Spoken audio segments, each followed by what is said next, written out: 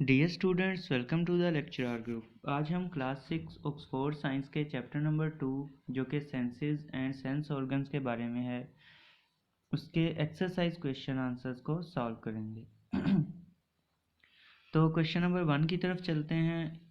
Question number 1 में वो पूछ रहे हैं कि if you were blindfolded and given a number of different object to handle, what could you tell about them using only the sensitivity of your fingers. यानी कि अगर आप नहीं देख सकते और आपको कोई ऑब्जेक्ट दिया जाए आपके हाथ में, और तो आप उस ऑब्जेक्ट्स के बारे में या उस ऑब्जेक्ट के बारे में क्या क्या बता सकते हैं जस्ट अपने हाथों की या उंगलियों की सेंसिटिविटी से। यानी कि ऐसे कौन कौन से सेंसेस आपकी उंगलियों में पाए जाते हैं जो उस ऑब्जेक्ट के बारे में आपको इन्फॉर्मेशन देंगे। तो हम उस ऑब्जेक्ट की शेप के बारे में पता कर सकते हैं, सर्कल है, स्फेरिकल है, या स्क्वायर है, ट्राइंगल है, रेक्टेंगल है। या हम उसके टेक्सचर के बारे में बता सकते हैं कि वो हार्ड है या रफ है, स्मूथ है, किस तरह से है। फिर इसी तरह हम उसका टेम्परेचर भी बता सकते हैं कि वो वार्म है या कोल्ड है।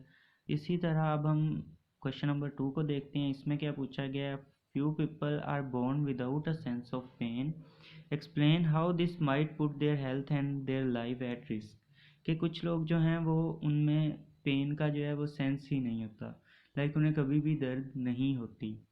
तो ये कैसे उनके लिए नुकसानदेह है, उनकी लाइफ को किस तरह रिस्क में डाल सकता है। तो आपको पता है कि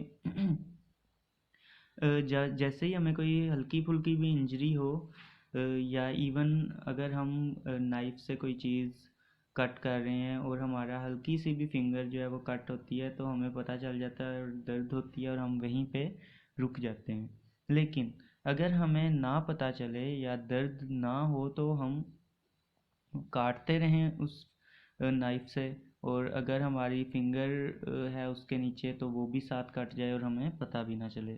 तो इसी तरह बहुत सारी इंजरीज जो हैं जो हमें अभी होने ही लगती हैं और शुरू में ही दर्द होती है हमें, तो हम उसे अवॉइड कर लेते हैं, वो हम ना कर पाएँ और हमें ज़्यादा डैमेज हो काफ़ी।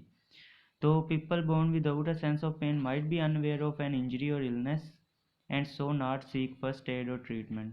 ठीक है, तो जब वो उन्हें पता ही नहीं चलेगा कि हमें कोई चोट पहुंच रही है, तो वो ना तो उससे अवॉइड करेंगे, ना वो फर्स्ट एड ट्रीटमेंट वगैरह लेंगे, तो उनके लिए ये डेंजरस होगा। इसी तरह एमसी क्वेश्चन नंबर 3 में वो पूछ रहे हैं, apart from the cells which detect chemical, what other types of sensitive cells और receptors must be present on the टंग।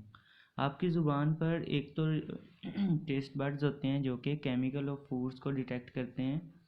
तो इसी तरह उनके अलावा आपकी ज़ुबान पे कौन कौन से जो हैं वो सेंसेस पाए जाते हैं। तो आपकी ज़ुबान जो है क्या क्या डिटेक्ट कर सकती है। आप कोई भी चीज़ जो है अगर मुंह में डालें तो आप उसकी स्मूथ है या रफ़ है ये डिटेक्ट कर सकते हैं। आप प्रेशर डिटेक्ट कर सकते हैं, उस चीज़ का टेम्परेचर डिटेक्ट कर सकते हैं।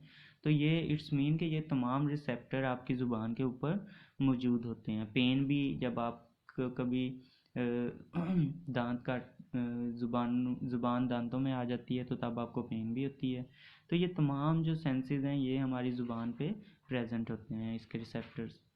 अब क्वेश्चन नंबर 4 को देखें, what is the difference between taste, smell and flavour. बहुत इंपॉर्टेंट क्वेश्चन है। तो टेस्ट क्या होता है, taste is sense detected by chemo receptor on taste bud on टंग।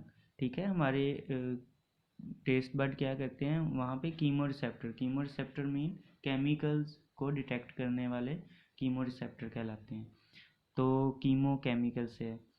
तो टेस्ट बड क्या करते हैं, केमिकल्स को डिटेक्ट करते हैं जो फूड के अंदर होती हैं। इसी तरह smell is detected by olfactory organ. Olfactory का मतलब होता है कि ये जो भी केमिकल इन एयर्स होते हैं वो डिटेक्ट करते हैं ओल्फैक्टरी ऑर्गन। ठीक है, वो वाले केमिकल जो एयर के अंदर होते हैं, यानी जो स्मेल हम कर सकते हैं, वो ओल्फैक्टरी ऑर्गन उसको डिटेक्ट करते हैं, नोज़ में होते हैं। और फ्लेवर क्या होता है, फ्लेवर बेसिकली दोनों का कम्बिनेशन है, स्मेल और टेस्ट का कम्बिनेशन है। इन दोनों को मिला के mingle sensation of smell and taste given by food. तो फ्लेवर हमें इन दोनों को जब आप फील करते हैं, तो उन दोनों को मिक्स करके हमारा ब्रेन एक नया जो है ना वो फ्लेवर उस चीज़ का हमें बताता है। तो क्वेश्चन नंबर 5 में है, when you have a head cold the lining of your nasal cavity is coated with a layer of mucus, explain why a head cold affect your sense of smell. कि जब आपको ठंड वगैरह लग जाती है तो आपकी नेज़ल कैविटी की जो लाइनिंग होती है वो म्यूकस से कवर हो जाती है, ठीक है, उस पर एक लेयर आ जाती है म्यूकस की। तो आपका सेंस ऑफ स्मेल क्यों जो है वो काम करना बंद कर देता है? तो आपको पता ही है, जब स्मेल और टेस्ट दोनों लिंक्ड होते हैं, तो जब आपकी स्मेल जो है वो अ, आपकी लेयर जो है वो नज़ला ज़ुकाम में एक नाक के ऊपर एक लेयर जब आ जाती है लाइनिंग्स पे, तो वो केमिकल्स वगैरह को पहुंचने नहीं देती ओल फैक्ट्री ऑर्गन्स तक, जिसकी वजह से आपका स्मेल भी नहीं आती और इसी तरह टेस्ट फ्रॉम फूड भी सही से नहीं पता चलता, फ्लेवर नहीं हमें पता चलता, क्योंकि स्मेल नहीं आ रही तो टेस्ट से सिर्फ फ्लेवर नहीं पता चल सकता, तो टेस्ट भी हमारा जो है वो फ्लेवर भी उस चीज़ का हमें नहीं आएगा। इसी तरह अगर हम क्वेश्चन नंबर 6 को देखें तो ये बहुत इंपॉर्टेंट क्वेश्चन है। इसमें जो है आपके सामने कुछ उन्होंने जो है एमसीक्यू टाइप या खाली जगह पुर करें इस टाइप का ये दिए हुए हैं, इनको सॉल्व करते हैं। The coloured part of the eye, eye का जो कलर्ड पार्ट होता है उसे जो है क्या कहते हैं? उसे हम आइरिस बोलते हैं, ठीक है। ये उस राउंड होल की बात कर रहे हैं जो आँख के वाइटिश पार्ट के अंदर जो बड़ा सारा होल होता है, ये कलर्ड होता है, कई बार ब्राउन, ब्लैक या ग्रे भी हो सकता है ग्रीन सा। इसी तरह दूसरे में पूछा गया है, dash get bigger in dim light and get smaller in bright light. तो क्या चीज़ हमारी जब ज़्यादा लाइट आए तो वो स्मॉलर हो जाती है और कम लाइट हो तो बिगर हो जाती है, वो प्यूपिल होता है। ये जो आइरिस के सेंटर में जो एक ब्लैक सा डॉट होता है, ब्लैक सा होल होता है, उसे हम क्या बोलते हैं? प्यूपिल। तो ये तमाम लोगों में ब्लैक ही होता है, क्योंकि ये एक विंडो है और यहाँ से लाइट एंटर करती है। ये कभी जो है छोटी हो जाती है, कभी थोड़ी सी बड़ी हो जाती है, ताकि लाइट की अमाउंट को कंट्रोल कर सके, वरना लाइट जो है वो अंदर जाके रेटिना पे सेल्स को डैमेज कर सकती है अगर ज़्यादा लाइट अंदर जाए तो। थर्ड को देखते हैं, transparent layer in front of the eyeball. Eyeball के फ्रंट पे जो ट्रांसपेरेंट लेयर होती है उसे हम कॉर्निया बोलते हैं। इसी तरह dash change shape during focusing. तो लेंसेज जो हैं वो अपनी शेप को चेंज करते हैं जब हम फोकस कर रहे होते हैं उस वक्त, ठीक है। तो लेंसेज इसका आंसर है। इसकी डेफिनेशन बेसिकली ये बहुत इंपॉर्टेंट है याद रखना, क्योंकि अकोमोडेशन की भी डेफिनेशन पूछी जाती है। अकोमोडेशन क्या होता है? एक फिनोमेना है जिसमें हम फोकस करते हैं near and far object by changing the shape of lens, ठीक है, और thickness of lens। तो अकोमोडेशन को की डेफिनेशन ज़रूर याद कीजिएगा, इस चैप्टर की बहुत इंपॉर्टेंट डेफिनेशन है। इसी तरह फिफ्थ में पूछ रहे हैं, hole in the iris. Iris में जो एक होल होता है, अभी हमने बताया कि वो प्यूपिल होता है, iris coloured part of the eye, और उसके सेंटर में एक ब्लैक कलर का होल होता है जिसे हम प्यूपिल बोलते हैं। इसी तरह dash hold the lens in place. क्या चीज़ हमारे लेंसेज को प्लेस पे पकड़ के रखती है? तो सस्पेंसरी लिगामेंट्स जो हैं वो पकड़ के रखती हैं लेंसेज को, या लेंसेज अटैच होते हैं इनसे। सिलरी मसल्स जो हैं, सिलरी मसल्स भी यहाँ पे कुछ लड़के लगा देते हैं, तो सिलरी मसल्स इसका ऑप्शन नहीं है। सस्पेंसरी लिगामेंट जो हैं वो यहाँ पे ऑप्शन है। A layer of light sensitive cell, जी, तो रेटिना पे जो लेयर होती है जो लेयर होती है लाइट सेंसिटिव सेल, जिसमें रोड और कोन सेल्स आते हैं, वो रेटिना पे प्रेजेंट होते हैं जो कि लाइट को डिटेक्ट कर सकते हैं। आइस के अंदर यही वो लेयर होती है जिसकी वजह से इमेज फॉर्मेशन होती है। अब हम नेक्स्ट एट्थ को देखते हैं, ये लास्ट है, nerve connecting the eye to the brain. तो ऑप्टिक नर्व के थ्रू जो रेटिना के जो सोलर सेल हैं, जितनी भी वो लाइट से इंफॉर्मेशन लेते हैं, वो तमाम ब्रेन को जाती है ऑप्टिक नर्व के थ्रू। अब हम नेक्स्ट क्वेश्चन पे मूव करते हैं, जो कि है क्वेश्चन नंबर 7। इसमें क्या पूछा गया है, many people over the age of 50 have to wear spectacle for reading, what sort of lenses will these spectacle have, explain your answer. तो हमने बुक में पढ़ा था कि लॉन्ग साइटेडनेस हो जाती है जब आप 50 से अबव एज में चले जाते हैं, तो ज़्यादा चांसेस होते हैं कि आपको लॉन्ग साइटेडनेस हो जाए। और ये क्यों होती है, ये बेसिकली इस वजह से हो जाती है कि आपके सिलरी मसल्स या सस्पेंसरी लिगामेंट जो हैं वो ज़रा वीक हो जाती हैं, और लेंसेज को प्रॉपर तरीके से जो है वो ना तो इलास्टिसिटी लेंसेज की भी कम हो जाती है, जिसकी वजह से ना तो वो थिन होते हैं ना थिक हो पाते हैं जब फोकस करना होता है सही से। तो जिसकी वजह से और दूसरा ये है, light from a near object is brought into focus behind the retina. ठीक है, आपका आई बाल जो है वो छोटा हो जाता है और लाइट जो है वो बिहाइंड द रेटिना, यानी image proper behind the retina बनती है। This defect of vision is corrected bye wearing converging और कन्वेक्स लेंस। ठीक है, कन्वेक्स लेंस को हम कन्वर्जिंग लेंस भी बोलते हैं क्योंकि ये लाइट रेज को मिलाता है, आपस में कन्वर्ज करता है, मिलाता है, which focus the image on the retina. अब हम चलते हैं क्वेश्चन नंबर 8 की तरफ। बहुत इंपॉर्टेंट क्वेश्चन है इस चैप्टर का। What is the difference between short sightedness long sightedness, what cause these defect of vision and how are they corrected. तो मैंने इसकी छोटी सी डेफिनेशन, काजेस, क्योर सब कुछ लिख दी है, तो आए अब इसको देखते हैं। यहाँ पे देखें अगर आप, तो लॉन्ग साइटेडनेस को डिफाइन किया गया है an eyesight problem in which we can not see near object clearly. करीब के ऑब्जेक्ट हम सही से नहीं देख सकते। We can see far object clearly. अब लॉन्ग है तो इट्स मीन के लॉन्ग की यानी फार की नज़र बिल्कुल ठीक है, इसके ऑपोजिट वाली ख़राब है। नाम में जो हो उसके ऑपोजिट, यानी लॉन्ग है नाम में तो इट्स मीन लॉन्ग हमारी ठीक है और शॉर्ट वाली वो ख़राब है आई साइट हमारी। इसी तरह शॉर्ट साइटेडनेस की डेफिनेशन देखें, an eye sight problem in which we can see distant और far object clearly but we can see nearer object clearly. अब शॉर्ट में हम नियरर ऑब्जेक्ट या करीब की चीज़ें क्लियर देख सकते हैं, नाम के उलट वाली ख़राब है। शॉर्ट में हमारी, शॉर्ट साइटेडनेस में हमारी फार की नज़र जो है वो वीक होती है। इसी तरह काजेज़ क्या होते हैं लॉन्ग साइटेडनेस के, अगर देखें तो image focus behind the retina, retina के पीछे बनती है, और ये मोस्टली लॉन्ग साइटेडनेस जो है ये 50 साल से अबव लोगों में होती है।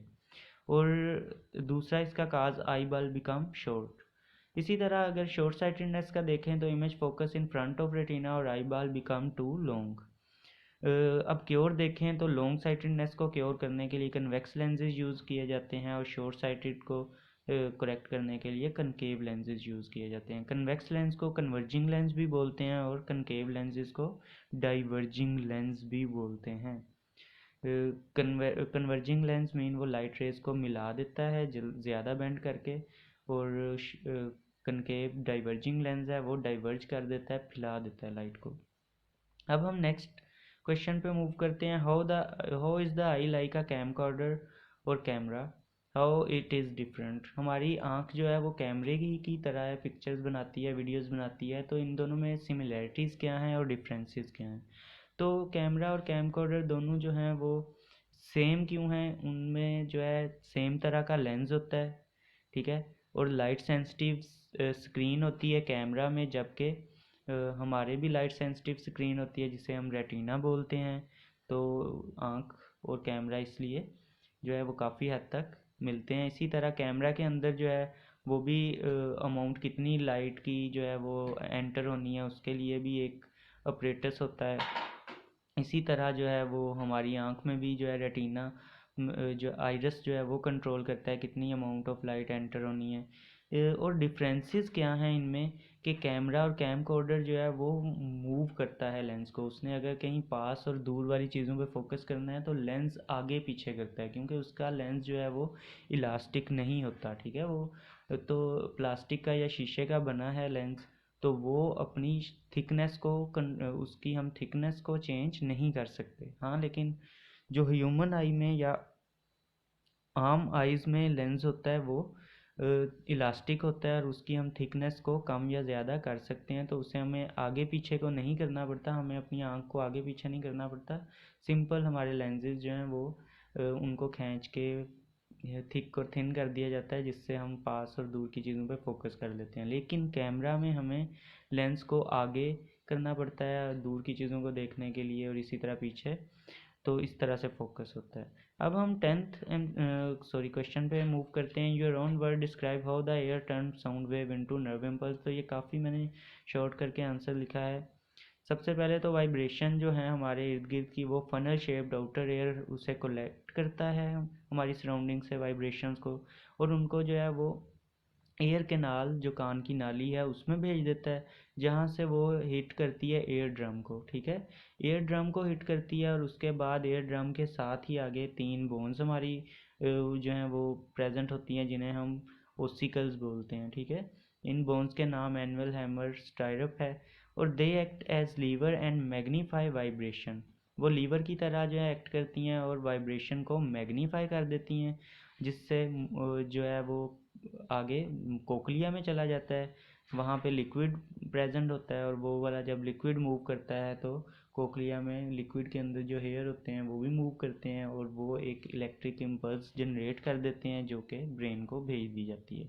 तो इस तरह साउंड हमारा ब्रेन तक पहुँच जाता है कान से। अब हम चलते हैं क्वेश्चन नंबर 11 पे। इसमें क्या पूछा गया है, why it would be dangerous for someone with faulty semi circular canal to ride a bicycle. तो पहले मैं आपको बता दूं कि सेमी सर्कुलर कैनाल, जो कि हमारे कान का ही हिस्सा होती हैं, ये इन्वॉल्व नहीं होती हमारे साउंड की एबिलिटी में या साउंड को डिटेक्ट करने में, बल्कि ये इन्वॉल्व होती हैं हमारे बैलेंस करने में, हमें बैलेंस रखने में। ठीक है, तो कान जो हमारा एयर है वो 2 काम बेसिकली कर रहा होता है। नंबर 1 तो वो हमें जो है आवाज़ सुनने में मदद देता है, और दूसरा हमारे बॉडी को बैलेंस भी करता है। तो it would be dangerous for someone with faulty semi circular canal to ride a bicycle. आपको पता है बाईसाइकिल चलाना, आप खुद भी चलाते होंगे, कि टोटल आपने बैलेंस करना होता है। आपको जब नई बाईसाइकिल आती तो आपसे बाईसाइकिल बैलेंस नहीं होती, जिसकी वजह से गिर जाते हैं, लेकिन जब आपको आहिस्ता आहिस्ता उसे बैलेंस करना सीख जाते हैं तो आपकी साइकिल, आप नीचे नहीं गिरते बल्कि साइकिल सही चलती है। तो बेसिकली सेमी सर्कुलर कैनाल अगर आपकी ख़राब होगी तो वो आप बैलेंस ही नहीं कर पाएंगे। ठीक है, साइकिल को तो किसी भी टाइम आप गिर सकते हैं, जिसकी वजह से आपको या साइकिलिस्ट के लिए ये बहुत ज़्यादा ख़तरनाक होगा अगर उसकी सेमी सर्कुलर कैनाल जो हैं वो डैमेज हैं या वो नहीं सही। तो आई होप सो आपको समझ आ गया होगा। ये हमारा लास्ट क्वेश्चन था। अगर आपको समझ आई है तो वीडियो को लाइक कीजिएगा और चैनल को भी सब्सक्राइब कर दीजिएगा।